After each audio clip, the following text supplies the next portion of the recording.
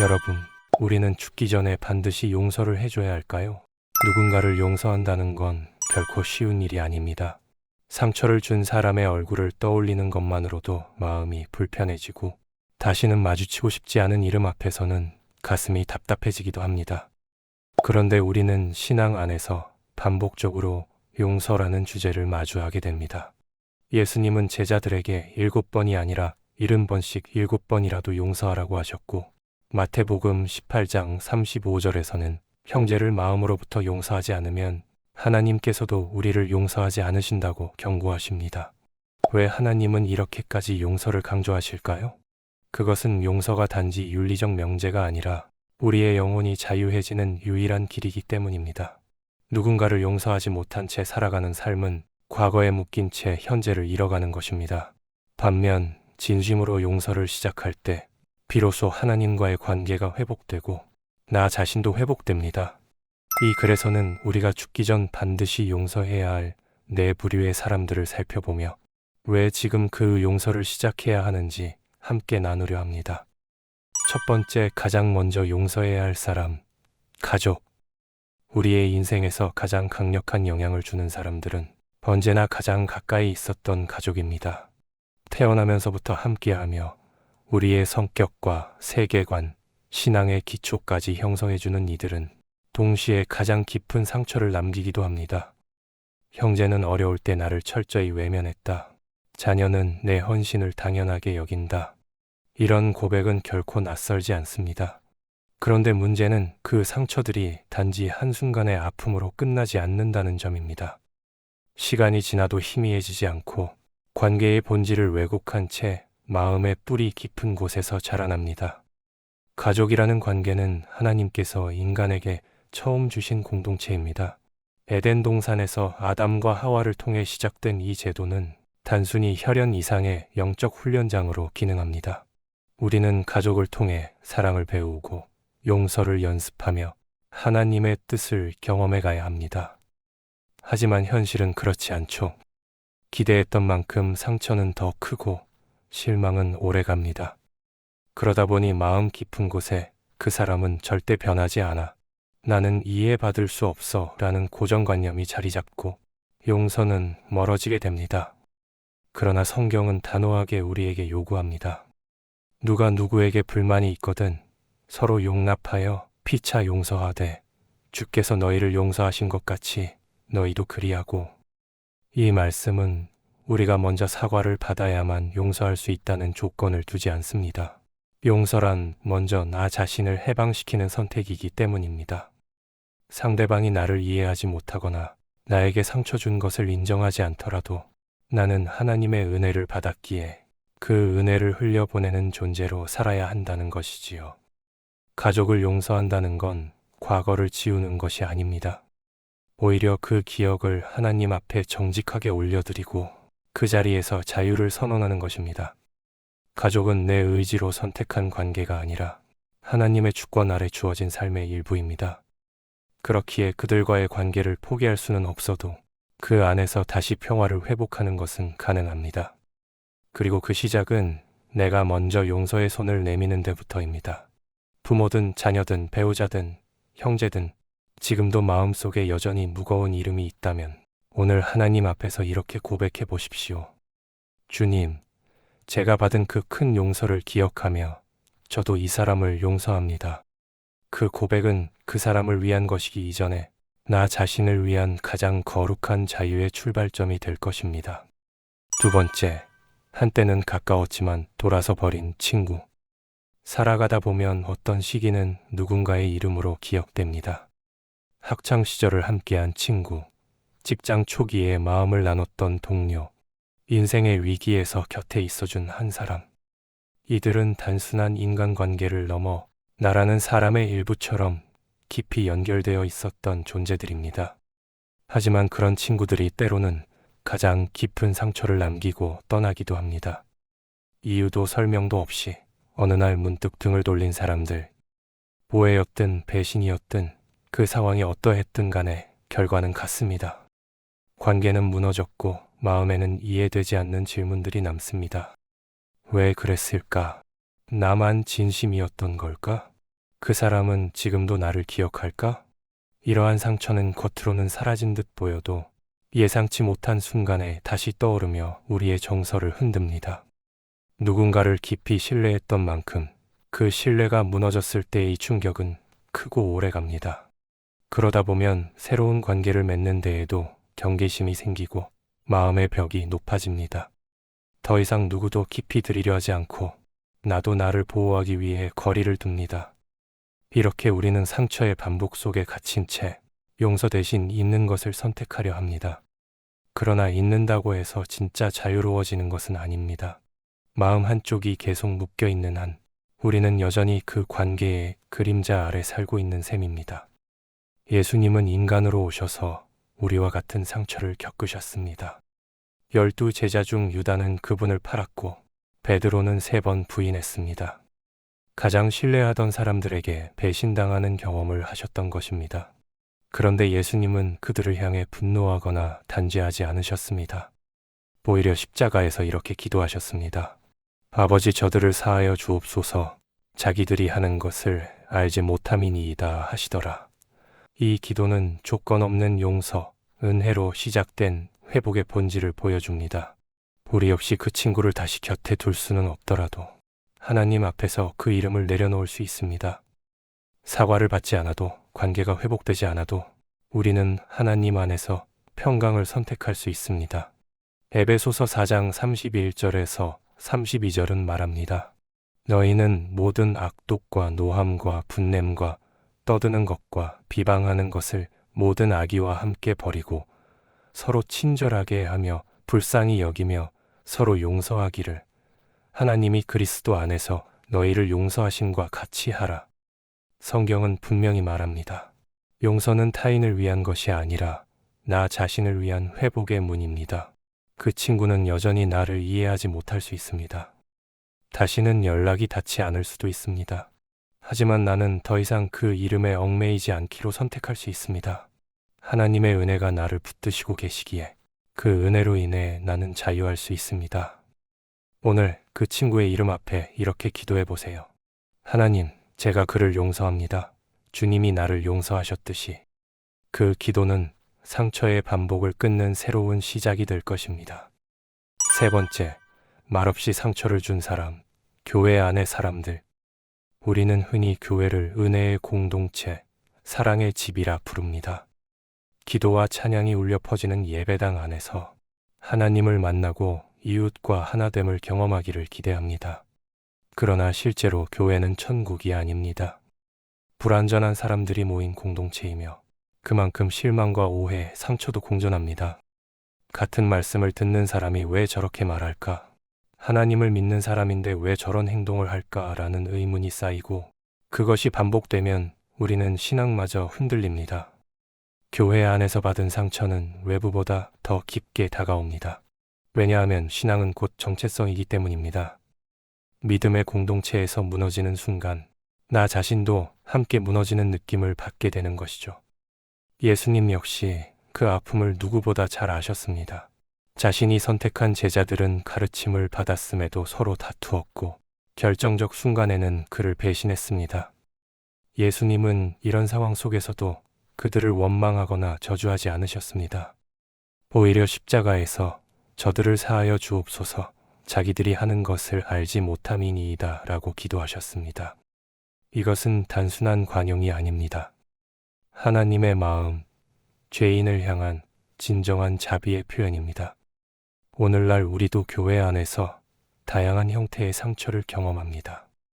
무례한 말, 소외감, 비교, 정죄, 잘못된 리더십 등 그 양상은 다양하지만 본질은 같습니다. 상처는 결국 내 신앙을 피폐하게 만들고 교회를 떠나고 싶다는 마음을 들게 합니다. 하지만 기억해야 할 것이 있습니다. 교회는 사람이 중심이 아닙니다. 주님이 중심입니다. 우리는 사람에게 실망하되 하나님께로 방향을 틀어야 합니다. 성경은 오래 참음으로 사랑 가운데서 서로 용납하고 성령이 하나 되게 하신 것을 힘써 지키라고 말씀하십니다. 물론 불의한 구조나 반복적인 잘못을 묵인해서는 안 됩니다. 건강한 교회를 위해서는 건전한 비판과 변화가 필요합니다. 하지만 그 과정 속에서도 우리의 심령이 분노로 오염되어서는 안 됩니다.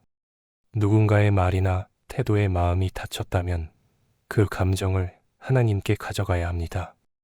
그 사람 때문에 신앙을 포기했다는 말은 결국 신앙의 중심이 하나님이 아니라 사람이었음을 보여줍니다. 교회는 하나님과의 관계를 살아가는 훈련장이며 때론 상처를 통해서조차 믿음의 뿌리를 더 깊이 내리게 하십니다. 누군가가 여러분에게 말없이 상처를 주었나요? 그 사람과 화해하지 못해도 괜찮습니다.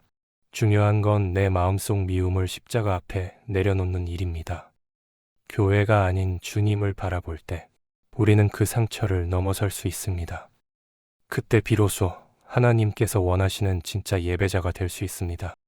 네 번째, 결국 용서해야 할 마지막 사람, 자기 자신.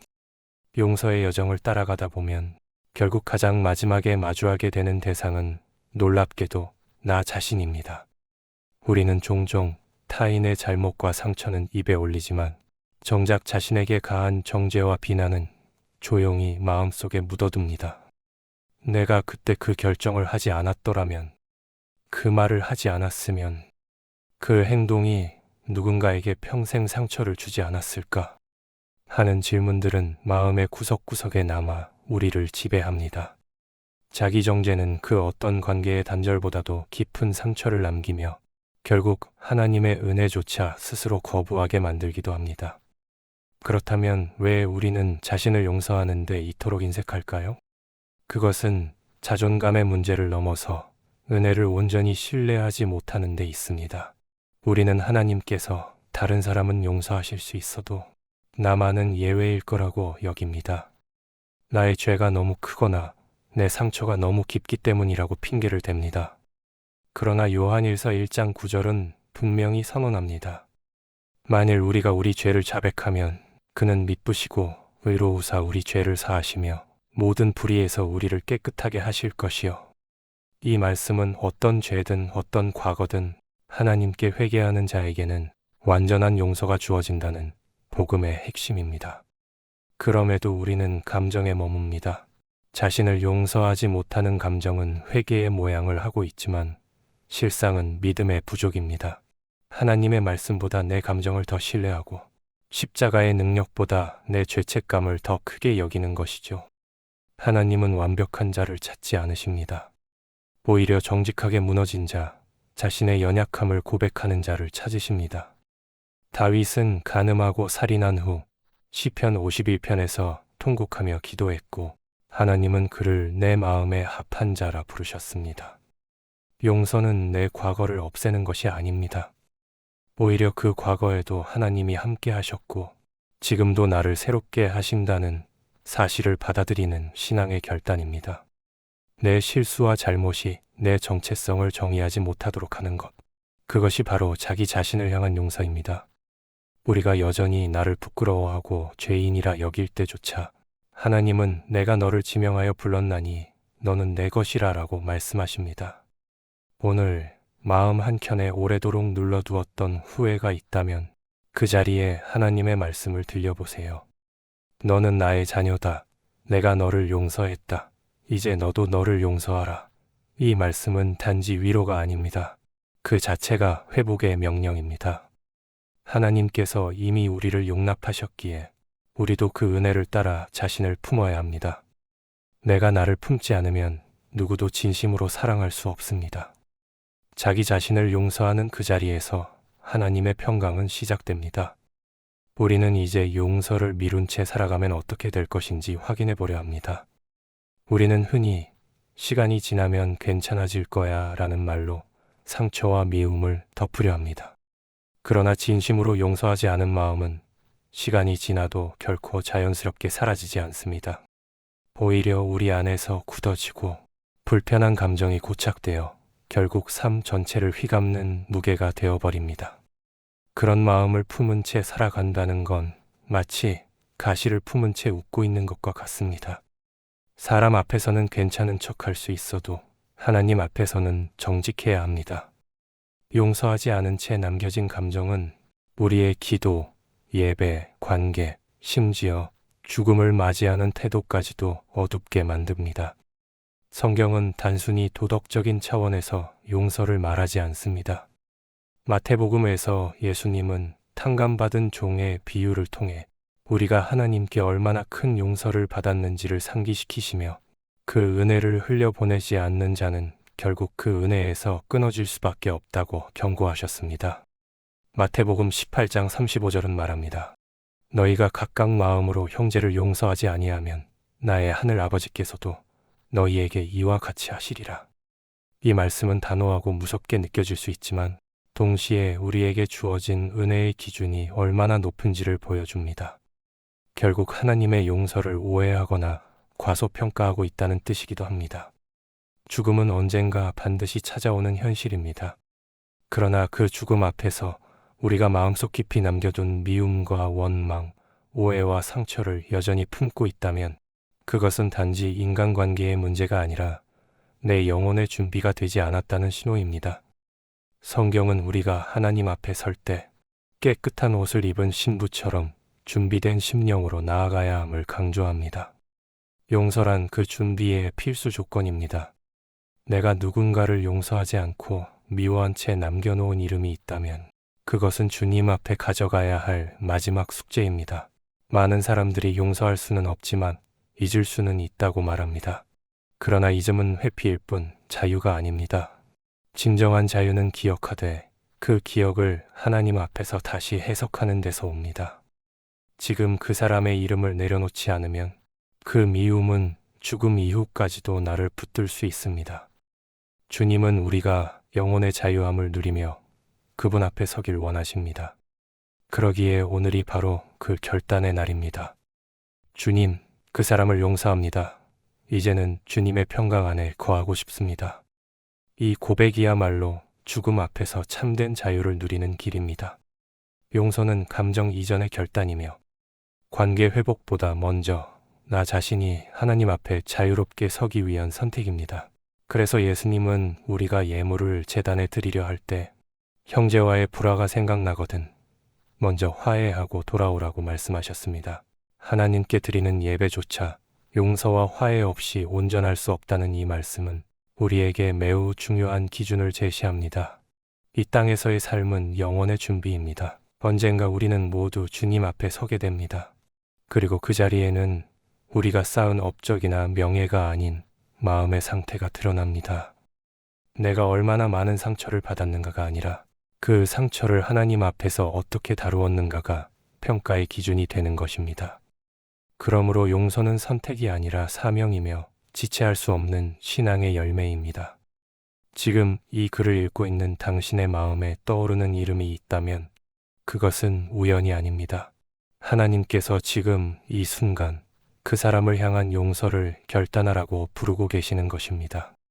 어떤 이름은 여전히 아프고 어떤 기억은 여전히 선명하겠지만 용서는 그 기억을 부정하는 것이 아니라 하나님의 손에 올려드리는 것입니다.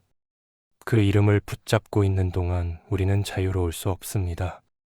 하지만 그 이름을 주님 앞에 내려놓는 순간 우리는 비로소 하나님의 평강 안으로 들어가게 됩니다. 그리고 그 평강은 세상이 줄 수 없는 치유와 회복의 선물입니다. 예수님께서 십자가 위에서 마지막 순간까지 용서를 선택하신 이유는 우리가 그 은혜를 힘입어 살아가길 바라셨기 때문입니다. 그러니 이제는 우리가 그 은혜의 증인으로 살아야 할 때입니다. 오늘 이 순간 조용히 기도의 자리에 앉아 보십시오. 마음속에 남아있는 그 이름을 부르며 이렇게 고백해 보세요. 하나님, 저도 용서하겠습니다. 주님께서 나를 용서하신 것처럼 저도 그 사람을 품겠습니다. 그 고백은 단지 말로 끝나는 기도가 아닙니다. 그것은 당신의 삶을 바꾸는 믿음의 실천이며 하나님께 드리는 가장 아름다운 예배입니다. 용서는 당신이 무너진 관계를 회복하지 않아도 괜찮다는 허락이고 더 이상 그 상처에 얽매이지 않아도 된다는 하나님의 선언입니다. 그리고 바로 그 자리에서 주님은 당신의 마음에 조용히 말씀하실 것입니다. 함께 기도하겠습니다. 하나님 아버지, 지금 이 시간 제 마음 깊은 곳을 열어 주님 앞에 나아갑니다. 세상이 알지 못하는 아픔과 아무에게도 말하지 못했던 상처가 제 안에 있습니다. 그 이름만 들어도 마음이 무너지고 그 얼굴이 떠오르면 가슴이 먹먹해졌던 사람들, 오늘 그 모든 이름을 주님 앞에 올려드립니다. 주님, 저는 상처를 오래 품고 살아왔습니다. 용서하지 못한 채, 외면한 채, 잊으면 괜찮아질 거야 라고 스스로를 속이며 살아왔습니다. 하지만 오늘 이 말씀을 듣고 깨닫습니다. 그 기억을 묻어두는 것이 회복이 아니었고 그 이름을 외면하는 것이 자유가 아니었으므려 오히려 그 미움이 저를 붙들고 있었고 그 원망이 제 기도와 믿음을 막고 있었음을 고백합니다. 예수님, 당신은 십자가 위에서도 용서를 말씀하셨습니다. 아버지여, 저들을 사하여 주옵소서라고 기도하셨던 그 사랑을 오늘 제가 마음에 새깁니다. 그 은혜가 있었기에 제가 살아있고 그 사랑이 있었기에 저도 구원받은 줄 믿습니다. 그러기에 주님, 오늘 제가 결단합니다. 제가 잊고 싶던 그 사람을, 이해할 수 없던 그 상황을, 그리고 누구보다도 제 자신을 오늘 주님 앞에 내려놓습니다. 상대가 사과하지 않아도 내 진심을 몰라줘도 괜찮습니다. 그 사람을 축복하며 주님 손에 맡깁니다. 내 감정보다 하나님의 뜻이 더 크고 선하심을 믿기 때문입니다. 또한 주님, 오랫동안 제 안에 묻어두었던 자기 정죄와 수치도 올려드립니다. 더 이상 그 과거가 저를 붙들지 않도록 십자가의 은혜로 저를 덮어주시고 새롭게 해주소서. 주님이 저를 용서하셨기에 이제 저도 저 자신을 용서하고 다시 일어서기를 원합니다.